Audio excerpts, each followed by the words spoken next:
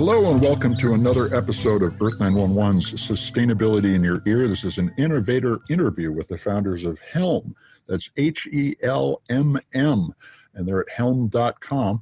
It's a new sustainable antiperspirant and deodorant company for men. And I have to say that I just received my first order today, and it is a holder made of steel and fine leather, which I will ask the folks to explain, but I have used it and I'm satisfied, and it is designed to reduce plastic consumption by 60%.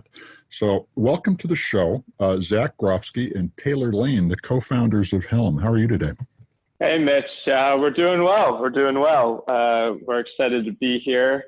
Thank you very much for having us on, and excited to talk about both Helmm and, the personal care industry as a whole. We're obviously big fans of what you guys are up to, and big fans of the messages you guys are sharing. So thanks again for having us, and happy to be here. Well, first, let's. Can you describe the Helmm product? Because I think I probably just mangled it, as I was describing it. It's a kind of a razor and razor blades business model that you have, where you're selling a holder for the antiperspirant or deodorant, and then refills. So tell us about what you made this from and how it's more sustainable. Yeah, absolutely. And I think, for the most easily digestible comparison, the razor business model comparison is a good one. You receive a starter kit package as a one-time purchase, and then your delivered refills. Obviously, in our case, they're full of deodorant and not steel blades, but your delivered refills to your door. And I'll go into that in a little bit more in a second. I think, where we sort of reject the standard razor business model comparison is we really wanted to take a standardized product, and rather than sort of just changing the branding and delivering something that you're used to, we really wanted to innovate on a product that really hasn't been changed in over 50 years. So, what you were using today as a new customer, and what Helmm is the first refillable deodorant product available to the market. So the way it works is you receive our patented Helmm vessel on a one-time basis. As you mentioned, it is made of premium, durable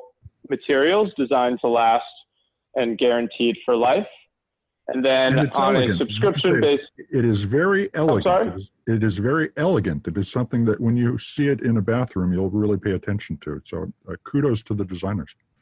Well, thank you. And that was really our goal, to offer both a functional and a luxurious product, obviously something that improved upon the single-use plastic containers that we're all used to in your local pharmacy and drugstore. We realized, though, that in order to really get people to sort of change their purchasing behavior, we did have to make it nicer as well. So again, we're the first refillable deodorant product. You are delivered deodorant refills directly to your door, and we're very proud and very happy to share, as you mentioned, that each of our refills, while it contains the same amount of products you're used to in a normal pharmacy stick, each refill actually reduces plastic waste by 61% on a unit basis.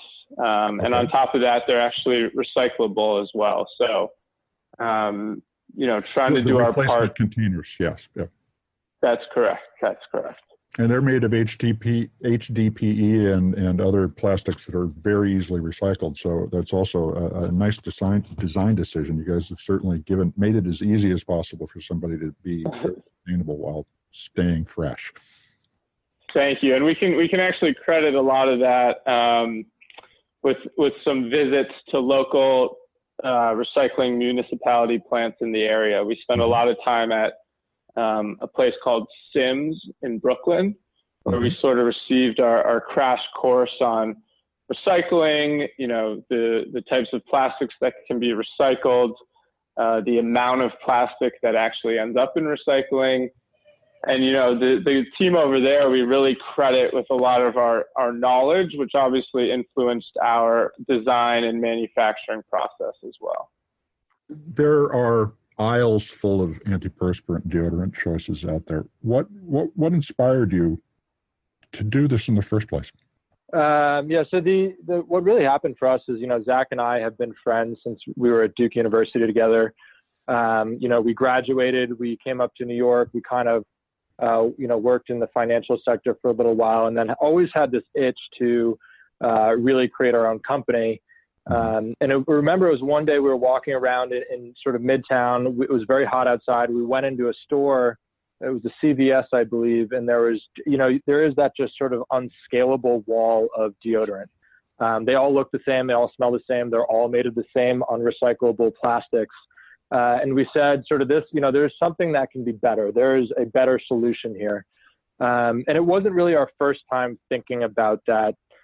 To be quite honest about it, it was, the idea originally came from when we had spent some time in Florence, Italy. Over there, they actually have some of the oldest operational fragrance houses in the world. Mm-hmm. So these are, the fragrance companies that used to develop perfumes and colognes for popes and kings and queens. And a really good friend of ours over there went in one day and came back about 45 minutes later with his own custom fragrance. And for us, fragrance is something that is as personable and says as much about you as your clothing and how you cut your hair.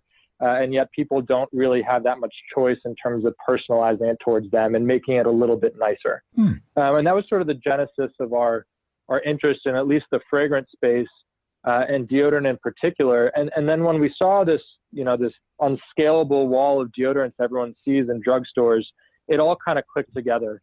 That was around the same time that, the beginnings of the plastic straw trend were sort of coming into the news, and there was a lot more focus on eco-friendliness in terms of product design and packaging. And so these sort of multitude of factors came together and really allowed us to form Helmm into what it is today. Tell us what this is, the materials or the antiperspirant is made from, because that's the other area where you spend a lot of time, not just on the fragrance, but there's no aluminum. You're not using any toxic chemicals whatsoever. How did you design the formula? So I think it's easiest to look at what's not in our formula and compare it to a lot of the formulas out there. Obviously, as part of this design process, there's both the container and the refillable mechanism itself. But at the end of the day, when you're talking about a deodorant product, if it doesn't work for the user, it doesn't matter how nice it looks or how good it smells. Functionality really comes first. So we spent, almost a year developing a proprietary formula. We actually worked with some of the chemists who developed the proactive formula. And we delivered to them a mandate of essentially 12 different ingredients that we did not want to include in our formulas. We were, of course, at first met with staunch resistance and a lot of comments about how we'll never be able to develop a formula like this. But so you got the "son, that's not the way the industry works" lecture? Yeah, well, more like a son, you can save money if you include all these ingredients. But, for us, it was really important to not include ingredients just because that's the way things have always been done. So we really wanted to, when Taylor was just talking about the fragrance side of things and talking about our design as well, we really wanted to upgrade everything from functionality to the delivery mechanism to how you apply it to the fragrance to the formula as well. So I'm sure you've heard or are familiar with, there's obviously some media attention about how certain ingredients affect our bodies. But there's actually, equally as much of a problem with some of the ingredients used in the cosmetic industry and how they infect the environment as well. So ingredients like triclosan, that's actually considered a pesticide by the FDA. All these different ingredients, for a multitude of reasons, we wanted to make sure we did not include phthalates or parabens or triclosan or talc or sulfate. So it was definitely a long process, but we're extremely happy to, have a formula that is not only void of a lot of these harmful ingredients, but actually works as well. Now, tell us, you mentioned your experience with scents in Venice. You've got 4 different scents now: Coastline, Trailblazer, Night Market, and Hudson. How did those scents come about, and does the fragrance add any complexity to the sustainability of the product?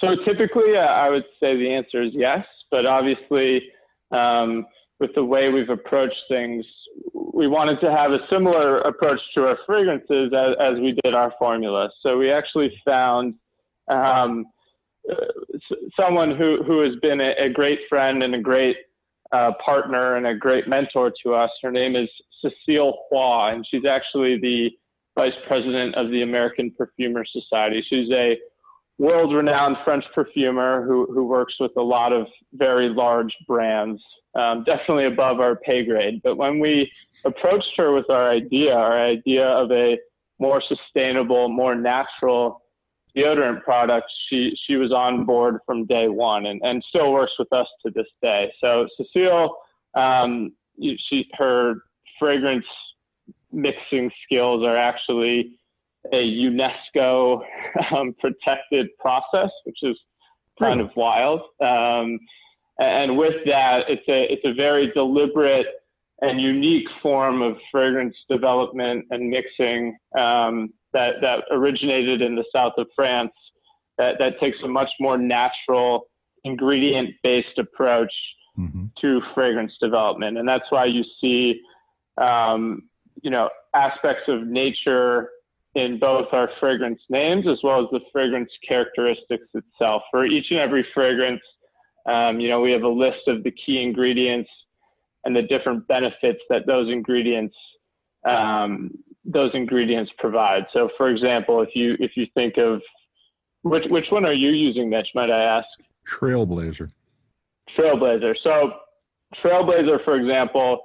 Normally the fragrance industry is a pretty opaque industry. You don't really know what goes into your fragrance, and that's actually reflected in ingredients lists as well. You'll notice that when ingredients in cosmetic industry products are listed, it simply says fragrance. It doesn't break it down into its specific notes or accords.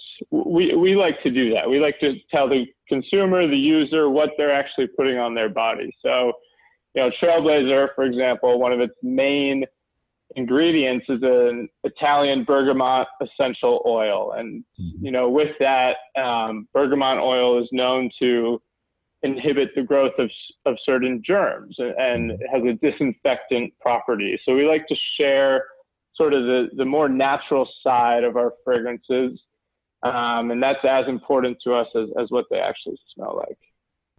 Now, let's talk a little about the subscription program, because I think this is all, and by the way, you also built a very nicely designed website where I have already set up my account and I can opt for different frequencies of delivery of refills or make ad hoc orders when I need to.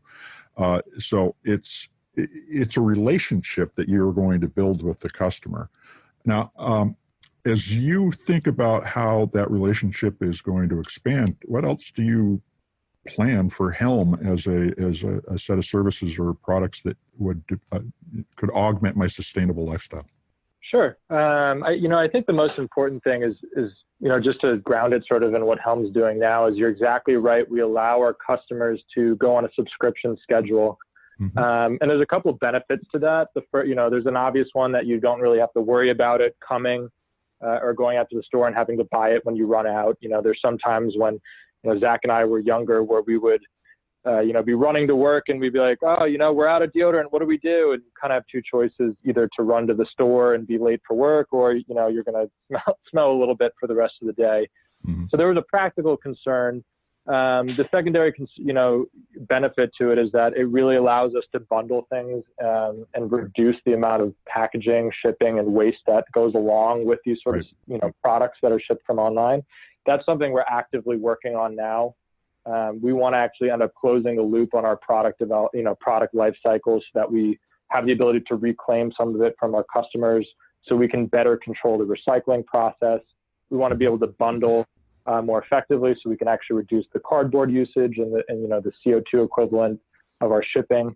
So there's a lot of that in the works. In terms of, I guess, our customers, it's very important to us to allow the customers to help guide where Helmm is going. Okay. First and foremost, we're a premium brand, but we have some absolutely unbelievably avid and evangelical customers that love us and love our product. And, we're right now working, I think, on 6 or 7 different new product lines, and about 70% of those have been informed by or even started by customer conversations. So it's very important to us to have that sort of full circle conversation between, what we're doing as a brand and a company, from a product development side, from an eco-friendliness side, from a marketing side, and have that conversation with our customers to see what, they want to see what they want to actually purchase. And I think a really, big component of that, we predominantly sell to men. Men, unlike women, unfortunately, in this space, aren't as active in conversations. They don't comment on social media posts as much. They don't talk about, their stuff on, what they're feeling or what they think about a product as much on forums. But what they really do want to know is knowledge, So guys love knowing. They love being able to say, here's a fact that I learned the other day. And really, there's a huge education gap right now between consumers and sort of the manufacturing side of the personal care industry. And this kind of harkens back a little bit to what we were talking about before, about transparency. And we want to not only be transparent about how we make things, but we want to educate our customers as to the effects of our products on the environment, the effects of our products on their personal health, and sort of even beyond Helmm, we want to educate them on the rest of the industry. So it's actually, Zach and I were actually just at a luxury package conference the other day, sort of looking at all these different manufacturers from around the world who make the tubes and the different containers that most companies use to put their lotions in. And what was remarkable to us is when we walked away, the amount of just unrecycled, unsustainable plastic that is in this industry is immense. But as a consumer, since you're only buying it every 6, 7, 8 weeks, it doesn't really hit home to you. So that's what we're really trying to work on now, is bridging that education gap and really bringing some knowledge to our customers.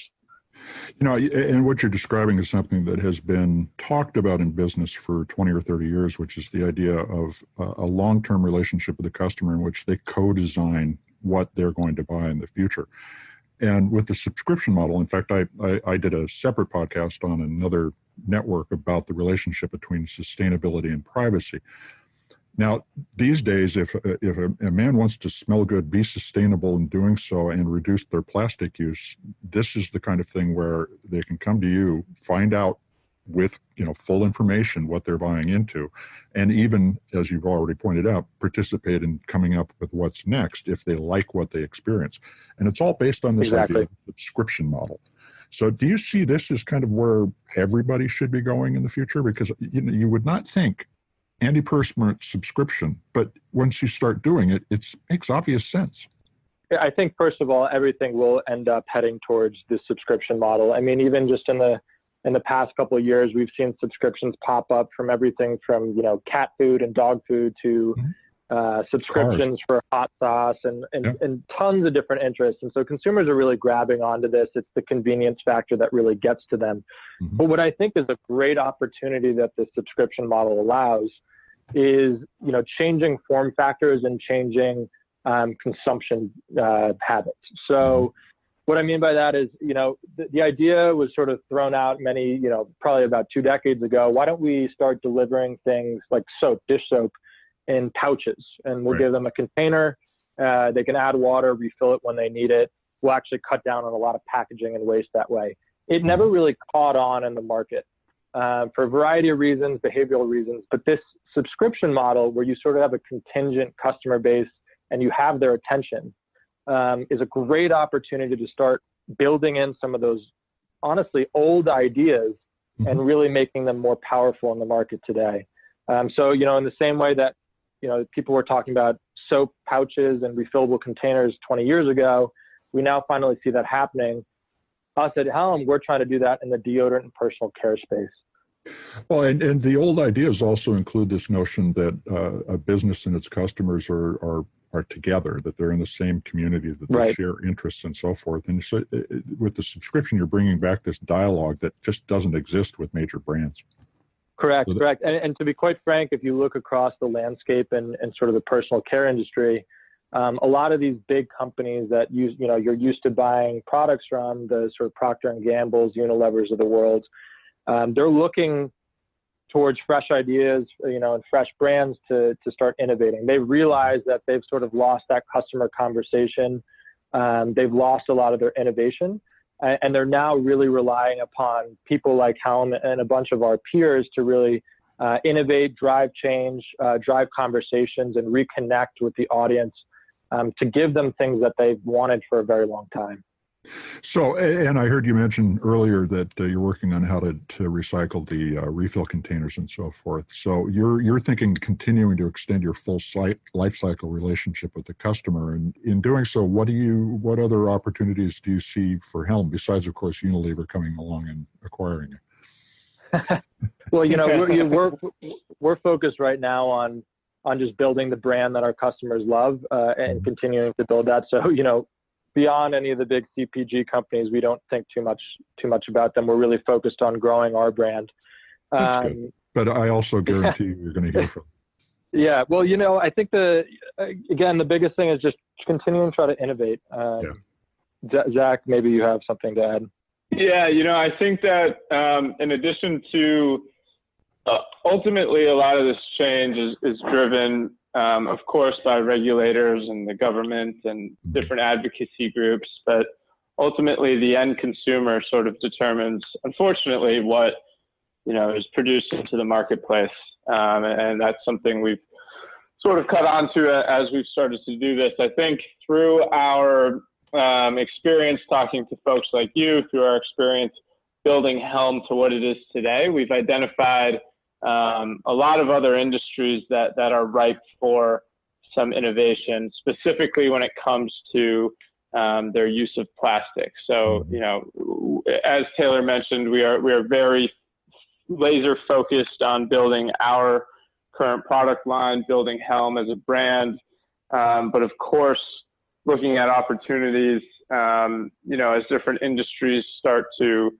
for example, ban plastic bottles that are under 12 ounces and stuff like that. So always looking out for new ways we can help innovate. I can say that we have several new products. Can't go into too much detail now, unfortunately, but several new products in the works that will hopefully contribute to our goal of reducing plastic, particularly when it comes to personal care products.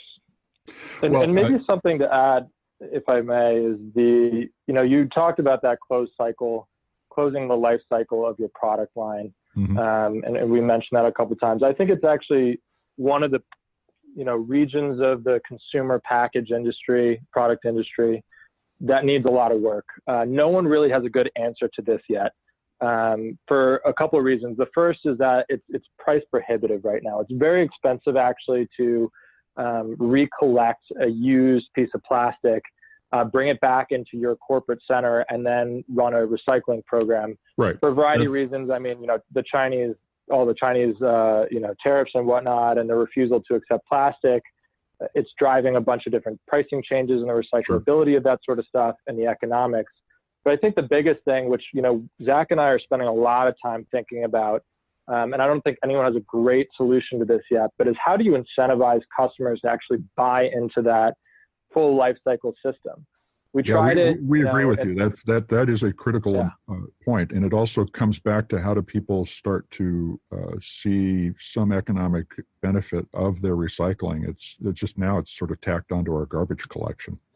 Right. And the other side of that is it's not only the economic side, I guess, but if you look back even into the sort of, late 90s, early 2000s, people tried this with printer cartridges. They really tried companies to bring back printer cartridges into a full life cycle paradigm and struggled to do that. Not necessarily, they had the money to support it.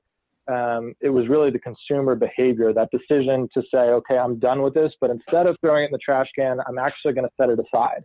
Yeah. And then I'm going to go through the process of returning it. So, that's something Zach and I are very focused on at Helmm, is how can we innovate in issues like that haven't had good solutions for a very long time. Well, we're looking forward to seeing what you do with that. Let me thank you both again for joining us today. So we were talking to Zach Groffsky and Taylor Lane, the co-founders of Helmm. Helmm is spelled Helmm, and they're at helmm.com. I urge you to take a look at it, and if you're looking for a new antiperspirant or deodorant, check it out. I'm a happy new customer. Thanks, gentlemen. Have a great afternoon. Thanks for having us, Mitch. It was a pleasure. And so, folks, we'll be back with another Sustainability in Your Ear Innovator interview soon. I'm Mitch Ratcliffe. This is Earth911. Have a great day.